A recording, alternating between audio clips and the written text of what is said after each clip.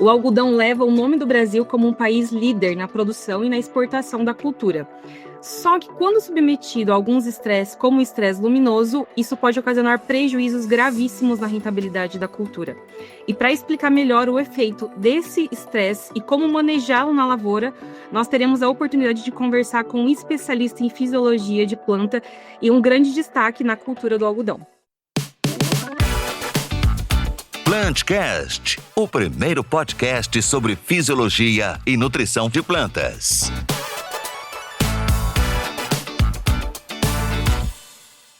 Olá, ouvintes! Sejam bem-vindos a mais um Plantcast da ICL, o primeiro podcast sobre nutrição e fisiologia de plantas do Brasil.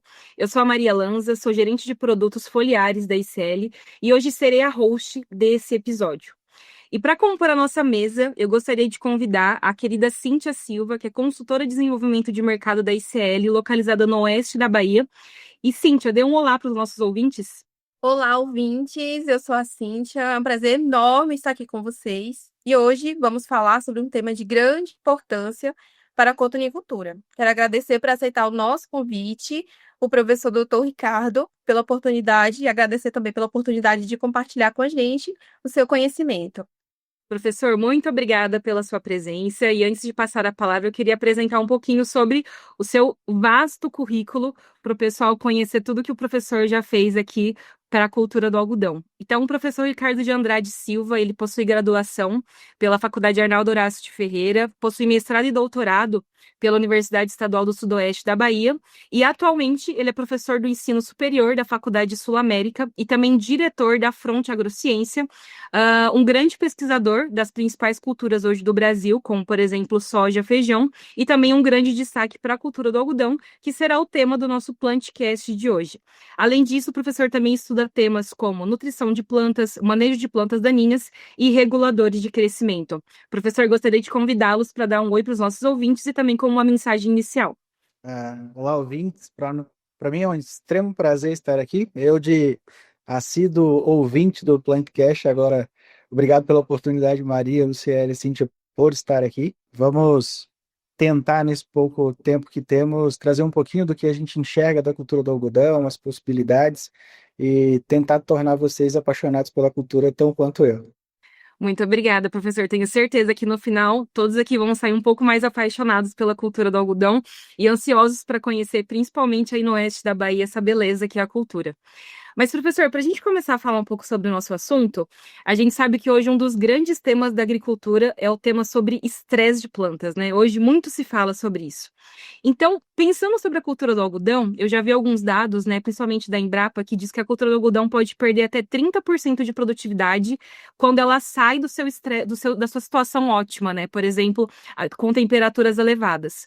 Mas eu queria entender, professor, o que de fato acontece dentro da planta quando a gente tem essa situação? Maria, hoje a gente vive dois cenários muito distintos e é interessante a gente pontuar os dois porque são grandes representantes da cotonicultura, que é o estresse luminoso pelo excesso de luz que vivemos nós aqui da Bahia, Matopiba, a gente tem um excesso de luz, e nós temos também o maior produtor do Brasil de algodão que vive um problema, na maioria das vezes, por falta de luz, que é o Mato Grosso. Então, a gente tem essas duas nuances que tornam a cultura realmente desafiadora. Para a Bahia, o que nós temos visto de maior desafio em termos de excesso de luz? Primeiro ponto que a gente está tendo uma redução de taxa fotossintética extremamente significativa. No grosso, é isso que está acontecendo.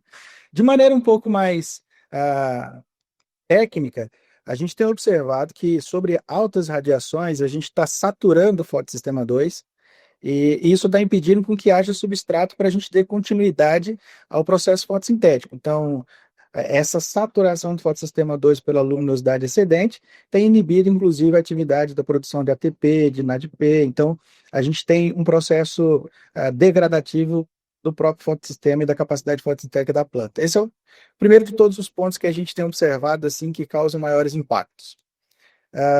O segundo ponto que, a meu ver, tem gerado em escala, talvez o maior problema, é que sobre a alta radiação a gente tem visto uma elevação significativa da temperatura foliar.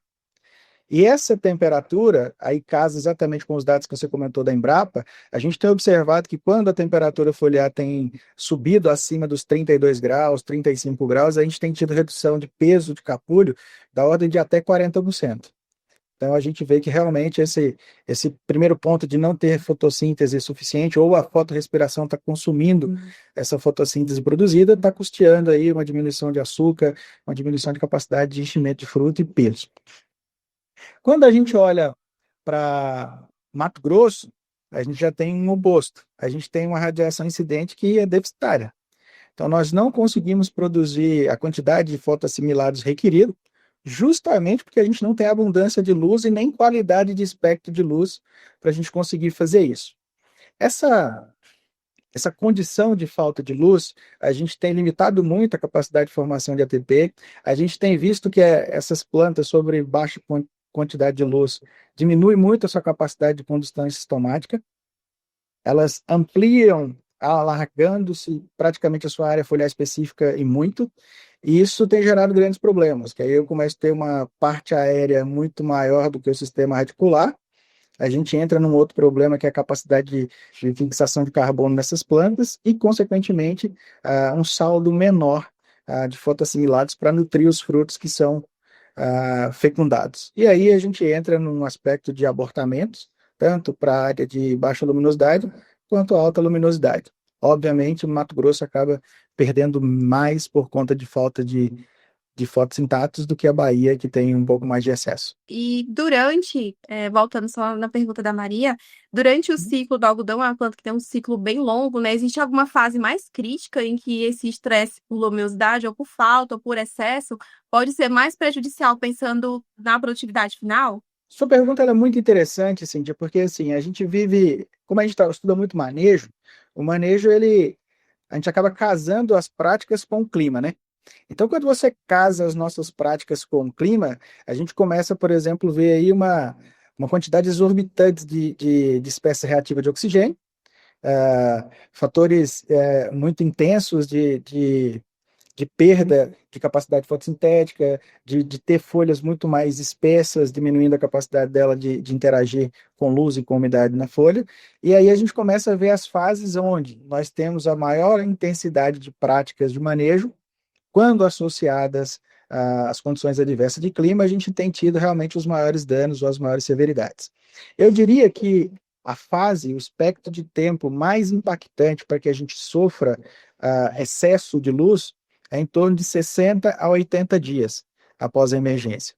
Porque quando de fato, você tem basicamente ali 60, 70% das estruturas reprodutivas em formação ou em fecundação, e qualquer que seja o distúrbio nesse processo, a primeira ação que a planta tende a tomar é o aborto desses frutos, e isso, consequentemente, vai ter impactos muito grandes sobre o sistema de produção.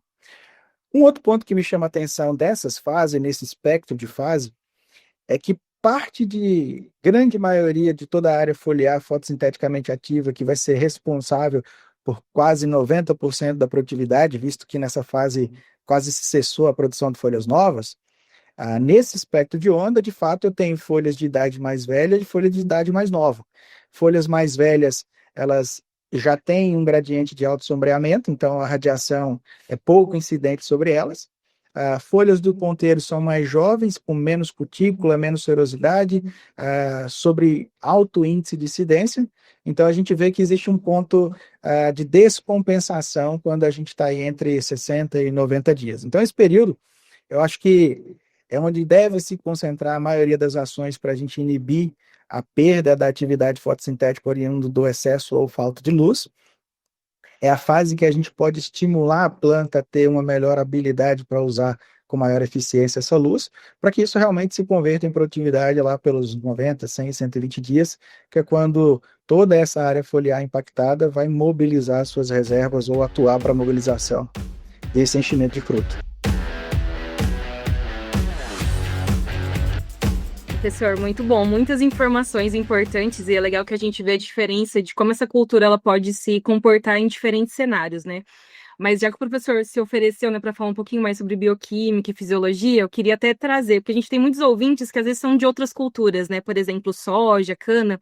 Então, assim, só para a gente recapitular um pouco sobre o metabolismo do algodão e quais são, por exemplo, os prejuízos se esse estresse não for controlado. Então, falando um pouquinho sobre a fotorrespiração, a gente sabe que o algodão é uma cultura muito sensível, né? Principalmente na questão do abortamento. E como essas consequências elas podem se refletir principalmente na qualidade de fibra, que hoje é um dos grandes impactos na comercialização do algodão, né? Então, se o professor pudesse explorar um pouquinho mais sobre esse tema.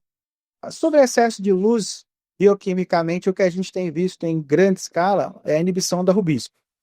Então, esse é a principal enzima que a gente tem sofrido e ser afetada em maior escala pela excesso de radiação. Então, a gente vê um excesso de inibição na rubisco e, consequentemente, isso acelera o processo de fotoinibição. Então, a gente vê isso como uma escala evolutiva. Nesse processo de diminuição da atividade da rubisco ou ineficiência dela, atrelada a uma fotorrespiração, a gente começa, de fato, a ter perda excessiva de água. E aí é um problema porque o algodão ele é pouco eficiente na extração de nutrientes, mas tem uma capacidade de fotorrespiração e respiração extremamente elevada. Então, quando a gente tem problemas na atividade da rubisco, a gente tem uma fotorrespiração elevada, a gente começa a perder a habilidade de uso de água e, consequentemente nisso, a gente tem tido um excesso de espécie reativa de oxigênio. Dentro do que a gente mede na cultura do algodão, na fotoinibição, o que tem se aumentado muito é o peróxido de hidrogênio. Então, a gente vê que existe um aumento significativo do teor de peróxido de hidrogênio.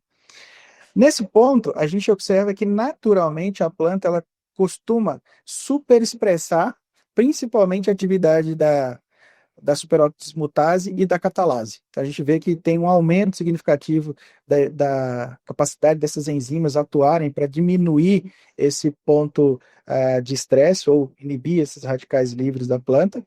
Só que a gente tem visto também que não só o aspecto enzimático tem sido muito importante. A gente vê, por exemplo, que ácido ascórbico tem sido muito ativo na cultura do algodão para a gente diminuir o estresse luminoso. A gente tem visto que o metabolismo da glutationa, de carotenoides e flavonoides, eles têm sido extremamente eficientes nessa manipulação. E aí é importante a gente sempre associar clima a manejo, porque se a gente pegar a fase que temos maior incidência de radiação, também coincide com o maior uso de produtos que têm sua base oleosa. Então, nós temos, além do efeito natural, abiótico, nós temos uma intensificação desse efeito por conta dos fatores, fatores químicos que a gente joga aí dos xenobióticos. Então, esse é um ponto muito importante para nós, que a gente atrela aí duas coisas que potencializam esse dano. E dentro dessa potencialização, a gente costumeiramente vê, isso é visível, um aumento principalmente da atividade de antocianinas, de flavonoides, alguma coisa de eritrofila vem sido mostrado como produção, como atividade de osmólito redutor, e a gente vê que isso acaba culminando em última instância, e a gente vê em última instância, por exemplo, a atividade de aminoácidos como prolina. A gente tem visto que a glicina tem sido um excelente aminoácido no manejo de alta temperatura. Inclusive, nos nossos ensaios, a glicina tem se mostrado para alta temperatura no algodão como o principal aminoácido. A gente tem visto a adição, por exemplo, de glicina betaína dentro do sistema, que é uma prática natural da cultura do algodão, né? A cultura do algodão, ela acumula a serina na raiz e converte isso em glicina betaína na folha para que ela diminua esse aspecto de estresse. E dentro desse estresse, o excesso de radiação ou a produção de espécie reativa de oxigênio tem sido um dos principais atividades que a gente tem visto. Já para o Mato Grosso, a gente tem visto um déficit de CO2. Então, a gente vê a baixa radiação tendo um déficit de CO2, e aí e uma relação CN muito, muito baixa, onde você tem uma fixação muito baixa de nitrogênio, de carbono e um excesso de nitrogênio livre. E aí a gente observa que, assim, dentro das demandas que nós podemos atuar, a gente tem visto que tudo que for elementos ou substâncias que ajudem na atividade das enzimas de fixação de nitrogênio ou de complexação e transformação de elementos em proteínas, aminoácidos ou qualquer que seja a fonte estrutural da planta, a gente tem visto que tem gerado grandes ganhos. E isso é importante porque às vezes a gente tem problemas diferentes ao longo do Brasil e as estratégias vão ter que ser modificadas e os princípios bioquímicos nem sempre são os mesmos atuantes em cada região. Professor, realmente muita informação. É como o senhor citou, né? Existe hoje no mercado, tem bastante estratégia, né, para contornar isso, como o uso de aminoácidos, tanto isolados quanto o grupo, né, de aminoácidos, como extrato de algas. O senhor tem contato com bastante produto dentro da sua pesquisa, o senhor também estuda bastante. E o senhor tem visto alguma coisa, uma ferramenta além dessas que já tem no mercado, que consiga contornar esse efeito deletério que o estresse traz para a planta de algodão? Sim, eu acredito que nós precisamos hoje, até é um trabalho que a gente está fazendo junto, é entender a demanda do algodão, desses materiais novos, onde está a demanda, onde está a maior participação da produção. Porque eu acho que o primeiro momento, essa tolerância ela vai ser elevada um pouco pela correta nutrição. Eu acho que esse é o primeiro momento, só que os números ainda para o algodão, eles não são tão generosos em volume quanto é em soja, então para o algodão a gente está construindo esse projeto. Em segundo ponto, eu acho que o algodão ele é muito plástico nas suas relações, então quando você olha, por exemplo, para a folha produzida em ambiente de baixa luminosidade, ela vai durar 60, 70 dias. E lá, 10, 30 dias à frente, ela vai enfrentar um excesso de radiação muito grande. Então, nós precisamos atuar muito antecipadamente na construção de folhas que tendem a ter uma tolerância muito mais alta logo à frente. E aí me vem uma coisa que é assim, nós precisamos preparar essa planta para que o estresse ocorra, porque as folhas elas vão ser produzidas dentro de um ambiente e vão sofrer estresse num ambiente diferente. Então esse é o primeiro ponto.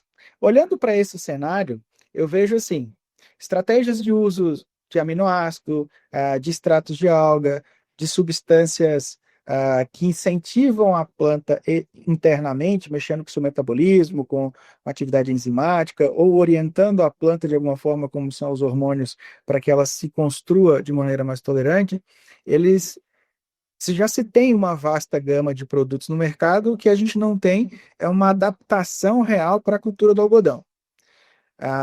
Agora, o que eu diria que a gente precisa com uma certa rapidez e, obviamente, com um nível de resultado importante, nós precisamos de algo que proteja a folha em si, que proteja a fisiologia, a morfologia da folha externa, atuando em fases específicas de maneira muito mais externa do que interna.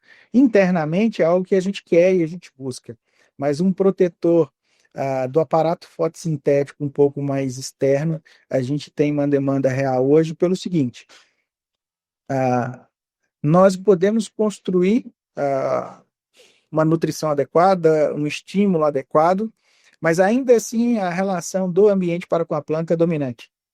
E nós vamos precisar lançar mão de ferramentas adicionais e aí tentando buscar uma ação que é, por exemplo, uma correção do solo, para que a gente tenha o volume, a gente tenha uma nutrição foliar para que a gente atenda a demanda específica momentânea, mas também o efeito fisiológico dos nutrientes.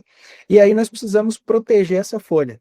Ou nós precisamos aumentar o gradiente osmótico dela para que ela consiga extrair mais nutrientes do solo, ou que nós precisemos aumentar a cutícula dela, a especificação dessa cutícula, que nós precisamos proteger, fazer um filtro desse raio excessivo. E além do que, tem que ser uma ferramenta que ela não impeça que a fitossanidade funcione. Então, acho que esse é o grande desafio que a gente tem para a cultura do algodão, é ter uma ferramenta versátil a nível de folha como um protetor fisiológico, mas que ele não interfira nos processos de manutenção ou de manejo da cultura. Então, acho que esse eu vejo o desafio. Em relação à resposta, olhando para o futuro, e aí é uma coisa que a gente tem que olhar muito para a genética, nós temos aí praticamente 5 genéticas que devem vir nos próximos anos. E a gente tende muito fortemente ter uma disposição de produção muito mais no ponteiro do que no bacheiro. Então a gente vai ter sempre a maior produção na zona de folha mais nova e muito mais sensível à fotorradiação. Então é um problema que nós estamos na iminência de já ocorre e estamos na iminência de se intensificar.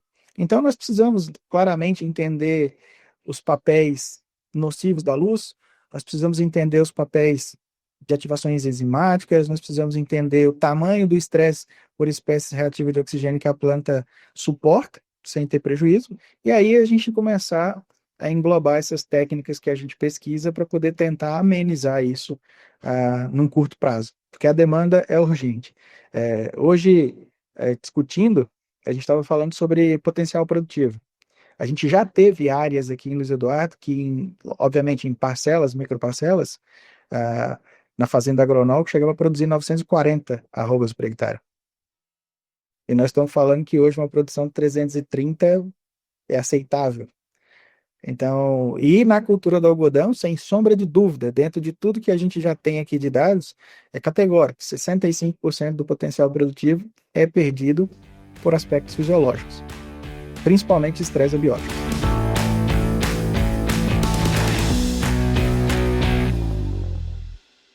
Nossa, professor, são dados realmente, assim, diria assustadores, mas acho que a gente pode interpretar como desafiadores, né? E pensando um pouco até, né, com a mentalidade de um fisiologista, né? Porque às vezes a gente vai para as lavouras, né, olha muito as estruturas de plantas, mas para a gente até fazer um resumo, assim, de tudo que foi falado, né? Se hoje um produtor, ele precisasse colocar um alvo, né, de aspectos a serem abordados durante o ciclo, o que o professor acha que seria, né? A gente falou bastante sobre a rubisco, falando bastante sobre também a questão de perda de água. Então, assim, se a gente pudesse categorizar desde o do início do ciclo até o final, quais são os processos mais importantes para essa planta se manter ativa, né? E, por exemplo, quais são os processos que a gente precisaria realmente controlar para evitar o abortamento de maçãs, para aumentar a qualidade da fibra? Então, assim, o que o produtor ele deveria ficar mais de olho hoje, além das coisas mais convencionais que a gente tem em campo? Maria, eu diria que hoje, acho que mais de 90% dos resultados que extrapolam a média, eles são literalmente de bons produtores de raízes e de bons produtores de folhas. Então, esse é genérico demais, mas assim, o que nós temos visto? A principal perda que a gente tem embutida hoje são abortos e cavitações. E aborto e cavitação não existe uma regra básica para o que leva aquilo. A gente sempre qualifica aquilo, ó, a cavitação está associada à formação de bolhas dentro do fluxo da corrente transpiratória no xilema. Isso, a planta precisa dissipar, cavita, ok. Ah, aborto está associado a um distúrbio fisiológico de alta intensidade, de curto prazo, que gera uma zona de abscisão ali que você perde estruturas muito rápidas e que você não consegue tomar uma decisão. Só que quando você olha para isso, a gente precisa entender que tanto aborto como cavitação, eles são parte de estresses que acontecem, a cavitação é um processo e o aborto é instantâneo. Só que plantas que têm uma corrente transpiratória, um fluxo hídrico adequado, elas são altamente capazes de diminuir a produção dessas bolhas e diminuir esses desequilíbrios momentâneos. Então, acho que de todas as formas que a gente olha para o cenário, nós precisamos cuidar melhor do aparato fotossintético. A cultura do algodão é uma cultura que a gente aplica demais.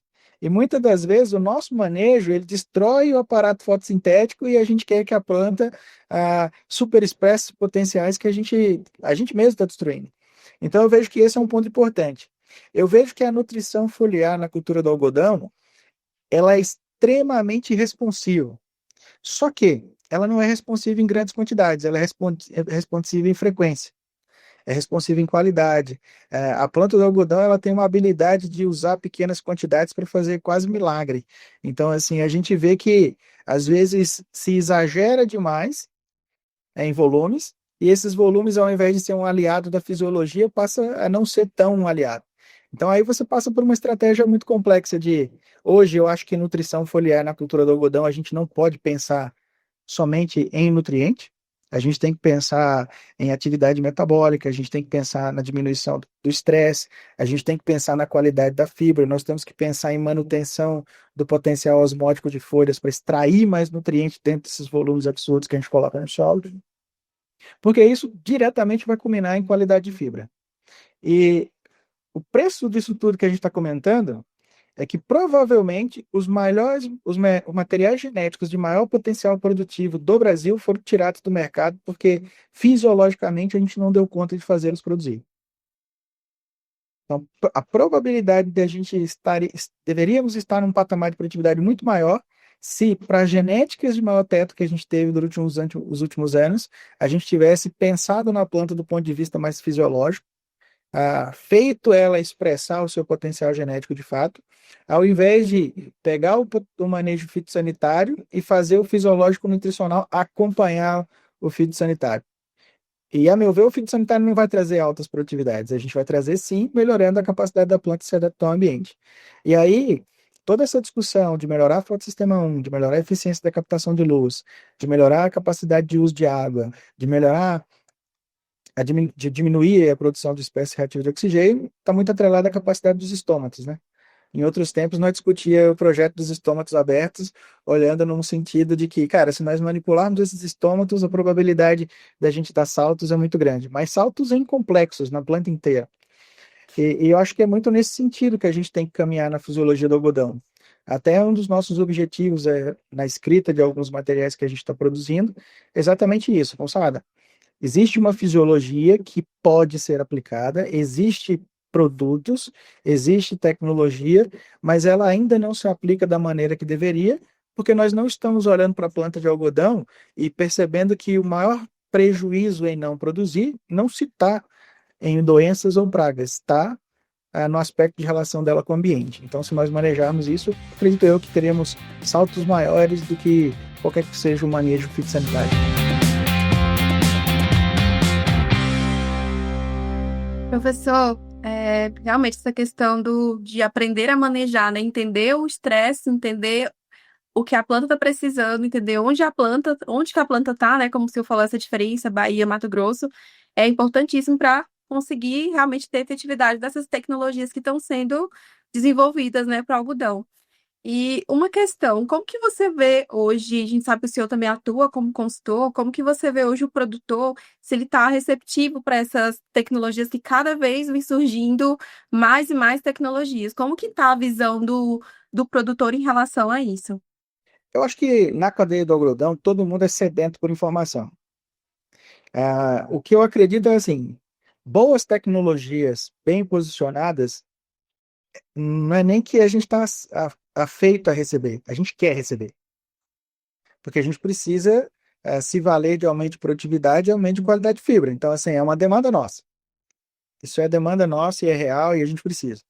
Qual que é a minha grande indagação sobre as tecnologias? Muitas das vezes ela não chega até nós pronta o suficiente para poder ser aplicada em larga escala. Muitas das vezes a tecnologia chega para passar por um último estágio de validação a nível de campo. Então, esse processo de transferência de tecnologia, muitas das vezes ele é um grande impedidor de que a tecnologia de fato seja usada em larga escala. Mas não tenha dúvida, produtor de algodão, consultor de algodão, por mais que tenha suas crenças, todo mundo vive de aumentar o teto produtivo. Toda tecnologia que vier de antemão, ela vai ser, pelo menos, dado o benefício da dúvida de falar, vamos ver se funciona. Agora, cabe as tecnologias chegarem na nossa mão de uma forma um pouquinho mais terminada. Nós aqui nem tanto, né? Porque as empresas nos procuram até antes de lançar os produtos, então a gente tem uma frequência de ver isso a nível de campo antes. Mas as consultorias realmente da decisão do dia a dia, às vezes não chega tão pronto quanto deveria, e uma excelente tecnologia às vezes não emplaca, e às vezes uma tecnologia que não é tão excelente emplaca porque já chegou um pouquinho mais ajustada com o que se pratica no campo. Então, esse é um desafio que eu vejo. E um ponto importante que eu olho é que hoje a gente precisa olhar para as tecnologias de um ponto de vista muito interessante, que é nós precisamos agregar qualidade de fibra. E qualidade de fibra, naturalmente, dificilmente a gente vai manipular a qualidade de fibra com uma tecnologia. Mas se a gente manipular água, luz, e temperatura, a gente vai manipular a qualidade de fibra. Então, são 3 pontos que, qualquer que seja a tecnologia, ela tem que estar focada no algodão para entregar qualidade de fibra. Água, luz e temperatura. Se você tem uma tecnologia que reduz temperatura, certamente essa temperatura vai melhorar a qualidade de fibra. Porque a gente tem, classicamente, a gente consegue entender quais são os danos da temperatura sobre a qualidade de fibra. Então, você pega para nós hoje sobre teste ou excesso de radiação, nós temos um comprimento reduzido. Nós temos materiais que às vezes não conseguem chegar em comprimento porque ou teve excesso de luz ou teve falta.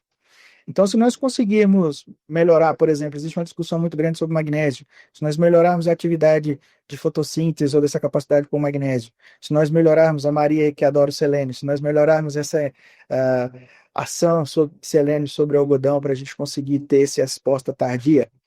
E aí vem uma coisa que muda muito a consciência. O algodão é uma planta tardia. A gente muitas vezes traz o conceito de uma planta que é muito curta, de ciclo curto, a gente quer colocar tudo ali muito cedo, e aí quando chega realmente no pico do estresse da planta, que é quando ela está no processo de enchimento das estruturas reprodutivas, a gente praticamente não está fazendo mais nada. E aí eu vejo um dano muito grande. Ah, eu vejo, por exemplo, algumas tecnologias que agregam em resistência. Você vê que ela manipula a planta de tal forma que mais magnésio, potássio, boro cheguem à fibra, isso acaba manipulando a resistência, mas do contrário, manda coisa demais, eleva a espessura da folha, o microné fica grosso e sai de classificação. Então a gente precisa entender o grau de manipulação dessas ferramentas. Efeito residual, efeito imediato, a capacidade do que mexer. A gente precisa entender um pouco disso, porque a gente tem visto claramente que os manejos fisiológicos entregam muito, o manejo de nutrição entrega muito, e o que está faltando de fato é a gente trazer a tecnologia e ajustar ela num posicionamento que a gente fala realmente ela se paga como tecnologia e agrega muito no sistema. Professor, muito obrigada. São muitas informações, né? E acho que a gente falou aqui desde o início do ciclo, chegamos agora na qualidade da fibra.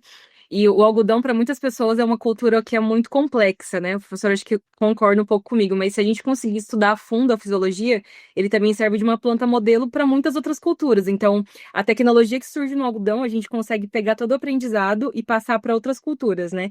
E aí eu tomei várias notas aqui sobre a nossa conversa e eu achei bem legal uma equação que o professor chegou a falar no final, né? Que por mais que seja muito complexo, a equação ela envolve água, luz, temperatura e o resultado vai ser uma boa rentabilidade para os nossos produtores, né? Então, a gente já indo agora um pouquinho para o final do nosso Plantcast, eu queria primeiramente agradecer a sua disponibilidade e por compartilhar conhecimento, porque são muitos anos de estudo e nós sabemos, né, que são muitos experimentos na prática mesmo ao lado do produtor para entender essas tecnologias. Então, obrigada por nos dar essa honra de compartilhar. E eu queria que o senhor deixasse uma mensagem final aqui para os nossos agricultores, para os nossos ouvintes. O que a gente pode esperar para a cultura do algodão, né? Como que a gente pode alcançar essas altas produtividades, né? Numa visão de fisiologista mesmo. Qual que seria uma mensagem final para os nossos queridos ouvintes? Bom, eu acredito que existe um ditado no algodão que ele é sempre muito importante. Dois ditados. Primeiro, são 150 lições, uma a cada ano. Então, eu estou no meu 20º ano, ainda temos muitas lições para aprender, assim como todo mundo que está lidando com o algodão. Então, e a outra que eu acho que é a mais importante se você não desistir do algodão, ele nunca vai desistir de você. Então, esses dois ditos sobre a cultura do algodão mostram muito do que ele é. Então, acho que a grande mensagem do algodão esteja em constante aprendizado, porque ano após ano a gente vai melhorando, entendendo fatores e a gente pesquisa exatamente para isso. Então, para o produtor, para o consultor, para o agrônomo, quem lida com a cultura do algodão tem que ter a mente aberta o suficiente para entender que está aprendendo todos os anos e que as tecnologias vão mudar e nós vamos ter demandas diferentes. E por ser um processo contínuo de aprendizado, muitas das vezes a gente fala, pô, mas estamos constante mudando? Sim, nós vamos mudar a vida inteira e o algodão vai estar crescendo. Dizer que nós sim temos potencial. Nós temos potenciais altíssimos e precisamos entender claramente que o maior fator de diminuição de produção é ambiente. A gente sim tem que ter bom manejo de fertilidade e fitossanitário. Precisamos sim, obviamente, para expressar potencial. Mas nós só vamos dar os grandes saltos se nós entendermos bem a fisiologia da planta, para que nós enfrentemos o clima como nosso principal agente redutor. E para enfrentamento de clima, aí sim, aí de fato a gente vai precisar conhecer muito sobre o mundo da fisiologia, o mundo dos hormônios, da nutrição, dos bioestimulantes, etc.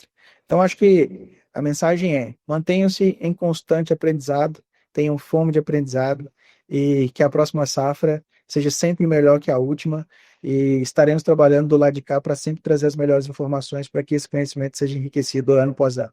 Uau, muito inspirador. Obrigada, professor. E onde que o pessoal pode te encontrar nas redes sociais, caso o professor queira divulgar também o seu trabalho? A gente queria deixar esse espaço em aberto. Obrigado pelo convite, Maria, Cíntia, ICL, Luciane, isso para mim é muito importante. Vocês sabem exatamente o quanto eu sou um pouco mais restrito em redes sociais, exatamente, mas as pessoas me acham lá no Instagram, no LinkedIn. É uma ferramenta que precisamos usar mais. Lá tem os meus contatos, e-mail, tudo, então podem entrar em contato com a gente pelo Ricardo de Andrade no Instagram, ou Ricardo de Andrade no LinkedIn, e será um prazer conversar com vocês sobre a cultura do algodão e sobre todo o aspecto que a gente trabalha. Muito obrigada, professor. Cíntia, também queria deixar aberto para você falar uma mensagem final para nós, para os nossos ouvintes. Bom, pessoal, quero agradecer imensamente a todos os ouvintes que nos acompanharam até aqui. Um agradecimento especial ao professor Dr. Ricardo por compartilhar tanto conhecimento, tanta experiência, que realmente em um período de tempo bem curto ele conseguiu sintetizar muita coisa. Posto aqui que eu e a Maria, assim como os ouvintes, tomaram nota de muita coisa aqui. Realmente é uma aula toda vez que a gente conversa com o professor Ricardo. Com certeza a sua contribuição ela enriquece realmente o nosso acervo e também o dia a dia do pessoal que trabalha não só com algodão, mas com grandes culturas aqui em toda a região do Matopiba. Então, eu queria deixar o nosso mais sincero aí agradecimento e realmente gratidão por esse momento muito especial. É isso, pessoal. Muito obrigada, professor, mais uma vez pela presença e por todo o conhecimento. E até pegando um pouquinho da sua frase, né? Se a gente não desistir do algodão, o algodão não desiste de nós.